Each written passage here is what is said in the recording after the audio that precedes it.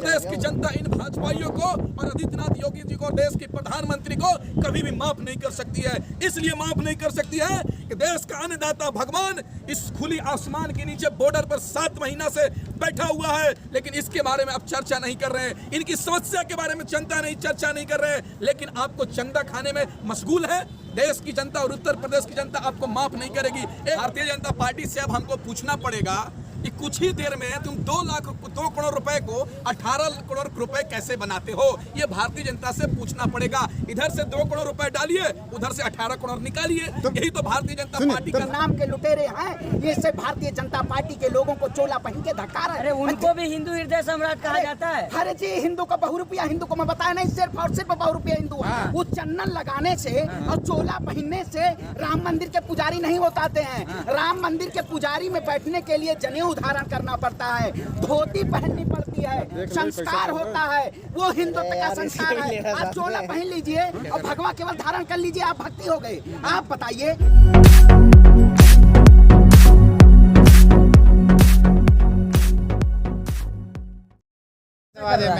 अरे राम मंदिर के नाम पे तो ये लूट रहे हैं। राम मंदिर योगी और मोदी जी नहीं बनाएंगे, राम मंदिर वहाँ की जनता और हम बनाएंगे। ये सिर्फ और सिर्फ देश की चंदा लेने का काम कर रहे हैं ये। आप बताइए, इस देश में ब्राह्मण जो हैं, ब्राह्मण वो पालनहार है वहाँ के। ब्राह्मण मंदिर में पुजारी होती है, लेकिन उसी ब्राह्मण को ये बेदखल कर रहे हैं राज्य में, उसी ब्राह्मण को परेशान कर रहे हैं ये सिर्फ और सिर्फ योगी जी। आप बताइए, जो बहुरूपिया अजय सिंह बिष्ट के नाम से आके गोरखनाथ पीठ में बैठ के और बाबा योगी आदित्यनाथ अपना नाम रख देते हैं और वो कहते हैं हम अपने पिताजी के उसमें नहीं गए दाह संस्कार में, और उनके डॉक्यूमेंट पे नाम होता है पिताजी का वैद्यनाथ। ऐसे बाबा की बात करते हैं जो सिर्फ और सिर्फ ढोंग का काम करते हैं। वो मंदिर नहीं, वो मंदिर नाम के लुटेरे हैं। ये से भारतीय जनता पार्टी के लोगों को चोला पहन के धक्का रहे। अरे उनको भी हिंदू हृदय सम्राट कहा जाता है। अरे जी, हिंदू का बहुरूपिया हिंदू को मैं बताया नहीं, सिर्फ और सिर्फ बहुरूपिया हिंदू है। वो चंदन लगाने से और चोला पहनने से राम मंदिर के पुजारी नहीं होताते हैं। राम मंदिर के पुजारी में बैठने के लिए जनेऊ धारण करना पड़ता है, धोती पहननी पड़ती है, संस्कार होता है, वो हिंदुत्व का संस्कार है। आप चोला पहन लीजिए और भगवा केवल धारण कर लीजिए, आप भक्ति हो गए। आप बताइए, ये सिर्फ और सिर्फ ये प्रचार और पत्रकार का नाम करते हैं और कुछ नहीं करते हैं। आप भारतीय जनता पार्टी, आप बताइए, आज किसान बैठा हुआ है, रोजगार नहीं मिल, किसान आज 6 महीने से बैठा हुआ है। भारतीय जनता पार्टी पूछती है कि क्या होता है। आप बताइए, प्रधानमंत्री नरेंद्र मोदी जी कहते हैं 2 करोड़ रोजगार देंगे किसानों को, लेकिन रोजगार नहीं मिलता है। सिर्फ और सिर्फ ये धर्म की राजनीति। योगी जी कह रहे हैं युवाओं को रोजगार मिलेगा उत्तर प्रदेश में। अच्छा, दिसंबर तक उन्होंने कहा 1 लाख नौकरियां निकालेंगे। दिसंबर तक रोजगार देंगे। फरवरी में चुनाव है, दिसंबर तक रोजगार देंगे। अरे वही बात है ना, जुमला लेके, झाबा में जुमला लेके घूमते रहो। किसान आज समृद्ध नहीं है, आप कहते हैं किसान समृद्ध है, युवा समृद्ध नहीं है, आप कहते हैं युवाओं को रोजगार देंगे।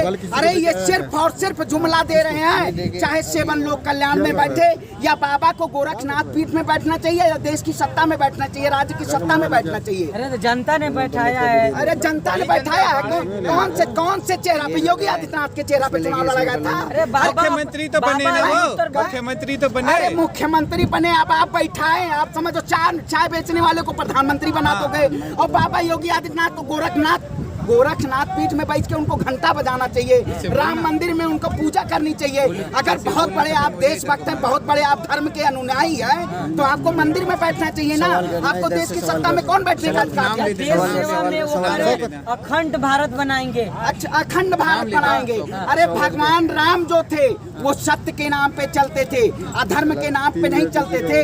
ये सिर्फ और सिर्फ जुल्म के नाम पे कर रहे हैं, लोगों को परेशान कर रहे हैं। तानाशाही सरकार ये सिर्फ और सिर्फ जुल्म कर रही है। आप बताइए, 6 महीने हो गए हमारे आंदोलन को, 6 महीने से ज्यादा किसान बैठा हुआ है रोडों पे, लेकिन उसको कोई बात करने को नहीं तैयार है। और सिर्फ चुनाव की बात होती है। योगी जी दिल्ली चले आते हैं, लेकिन दिल्ली आने के लिए रास्ता गाजीपुर बॉर्डर पड़ता है, आपको रुक के बैठना चाहिए ना। ये सिर्फ और सिर्फ किया जाता है। आपसे भी सवाल है। आपसे सवाल है कि जिस तरह से राम मंदिर घोटाले पे खबरें आ रही है, क्या लगता है आपको, सच में घोटाला हुआ है क्या? देखिए, भारतीय जनता पार्टी से अब हमको पूछना पड़ेगा कि कुछ ही देर में तुम 2 करोड़ रुपए को 18 करोड़ रुपए कैसे बनाते हो, ये भारतीय जनता से पूछना पड़ेगा। इधर से 2 करोड़ रुपए डालिए, उधर से 18 करोड़ निकालिए। यही तो भारतीय जनता पार्टी कर रही है। भारतीय जनता पार्टी से क्यों पूछेंगे? मंदिर का ट्रस्ट ने पूछिए। जब राम मंदिर निर्माण के लिए भारतीय जनता पार्टी के लोग आदित्यनाथ योगी जी और देश के प्रधानमंत्री नरेंद्र मोदी जी ने ट्रस्ट बनाया और ट्रस्ट में अपने लोगों को शामिल करने का काम किया। शामिल इसलिए किया कि हम घोटाला करेंगे और मर्यादा पुरुषोत्तम राम के नाम पर हम चंदा खाने का काम करेंगे।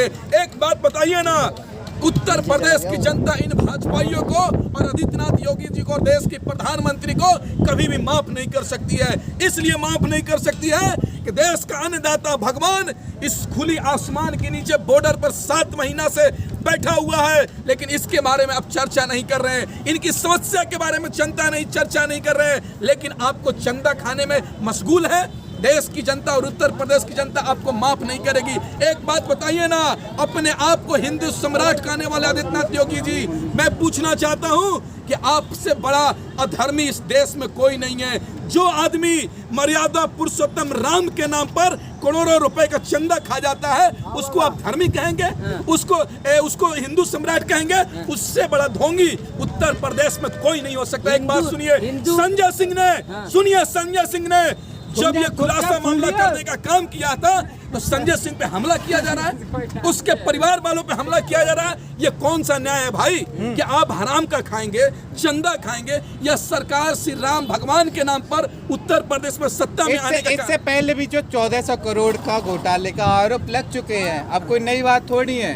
आप देखिए, ये जांच का विषय है। अगर सही से जांच हो जाए तो ट्रस्ट के सारे लोग जेल में चल जाएंगे और हमारा प्रधानमंत्री भी। जांच होती कहाँ है? नहीं, देखिए यही तो बात है कि सत्ता में बैठे जो लोग हैं, सरकारी यंत्र, कोर्ट कचहरी, थाना, ब्लॉक प्रमुख, तमाम चीजों को अपने हैंड में रख चुके हैं और सच्चाई चीजों को दबाया जा रहा है। सरकार आने दीजिए ना। आदित्यनाथ योगी तो जेल में जाएंगे। 10 लाख लोगों को कोरोना महामारी में मार दिए हैं, वो जेल नहीं जाएंगे तो क्या जाएंगे? उत्तर प्रदेश की जनता को ऑक्सीजन के अभाव में मारा गया है, दवा के अभाव में मारा गया है, इंजेक्शन के अभाव में मारा गया है, वेंटिलेटर के अभाव में मारा गया है। क्या उस देश की जनता, उस राज्य की जनता वहाँ के मुख्यमंत्री को माफ कर सकती है क्या? आदित्यनाथ योगी जी को शर्म आना चाहिए। तो महामारी में लोग मरे, आप कैसे आरोप लगा रहे हैं कि मारा गया? एक बात बताइए ना, पूरे दुनिया में महामारी आया था पिछले साल, लेकिन पूरे दुनिया का प्रधानमंत्री हो, राष्ट्रपति हो, वैक्सीन खरीद रहा था, लेकिन हमारा प्रधानमंत्री क्या कर रहा था? ताली पीटो, टर्च जलाओ, मोमबत्ती जलाओ। क्या ताली पीटने से कोरोना भाग गया? टर्च जलाने से कोरोना भाग गया? तो एक काम करते वो तो हैं, डॉक्टरों की हौसला अफजाई कर रहे थे। हम भी ताली पीटते हैं, ताली पीट कर महंगाई कम हो जाएगा। जब ताली पीटने से कोरोना भाग सकता है तो हमारे ताली पीटने से महंगाई भी। अरे मैं ये कहना चाह रहा हूँ, यूपी के डिप्टी सीएम उन्होंने कहा है कि जो ये राम मंदिर के ट्रस्ट पे आरोप लग रहे हैं, वो एक रामलला के मंदिर को निर्माण होने से रोकने की कोशिश है। कौन रोक रहा है? कौन रोक रहा है? जिन्होंने आरोप लगाया, कौन रोक रहा है? जिन्होंने आरोप लगाया। सुनिए ना, राम मंदिर निर्माण के लिए सुप्रीम कोर्ट ने फैसला दिया। सुप्रीम कोर्ट का क्या चीफ जस्टिस आदित्यनाथ योगी जी हैं क्या? प्रधानमंत्री चीफ जस्टिस हैं क्या? सुप्रीम कोर्ट ने फैसला दिया कि उत्तर प्रदेश में राम मंदिर का निर्माण होगा और निर्माण चल रहा है देश के, लेकिन उत्तर प्रदेश के मुख्यमंत्री किसानों के बारे में चर्चा कर रहे हैं क्या? यही देखिए, ये सरकार चाह रही है कि हिंदू मुस्लिम बैकवर्ड फॉरवर्ड पर राजनीति हो और देश के मुद्दे पर राजनीति नहीं हो। किसान 7 महीना से बैठा हुआ है, उसके बारे में चर्चा नहीं है। आज अन्नदाता 7 महीने से बैठा हुआ है, उसके बारे में चर्चा नहीं है। देश में महंगाई बढ़ रही है, सरसों का तेल 200 रुपए पहुंच रहा है, इसके बारे में चर्चा नहीं है। खजाने में कमी है, पैसे कमी आ गई सरकार के पास। नेता सब हराम के बैठ के लोकसभा में खाता है, उस समय सरकारी खजाना में कमी नहीं होता है। नेता सब हराम का हेलीकॉप्टर से घूमता है, उस समय सरकारी खजाना में कमी नहीं होता है। नेता सब हराम का पैसे का चंद सैलरी उठाता है, पेंशन उठाता है, उस समय सरकारी खजाना में पैसे खत्म नहीं होती है। जब हमारा देश का प्रधानमंत्री करोड़ों अरबों खरबों रुपए ट्रंप के राष्ट्रपति, अमेरिका के राष्ट्रपति ट्रंप के स्वागत में फूक देते हैं पैसा, क्या उनका बाप लाए थे क्या? ये करोड़ों रुपए खर्च कर देते हैं, उस समय खजाना का कमी नहीं रहता है। लेकिन जब देश की जनता करेगी महंगाई कम करो, खजाना खत्म, किसान कहेगा हमारी मांग पूरी करो तो खजाना खत्म। अरे भाई, सारा समस्या देश की जनता के ऊपर ही ठोकोगे और तुम खाओगे मौज मस्ती से और हम परेशान रहेंगे। ऐसे देश नहीं चलेगा। अगर तुमको कलाकारी करना है तो किसी थिएटर में जाकर शामिल हो जाओ, हमारा देश को बर्बाद मत करो। हमारा ये लोकतंत्र, इस देश को आजादी दिलाने के लिए हमारे बाप दादाओं ने, इनके बाप दादाओं ने 90 वर्ष तक संघर्ष किया है।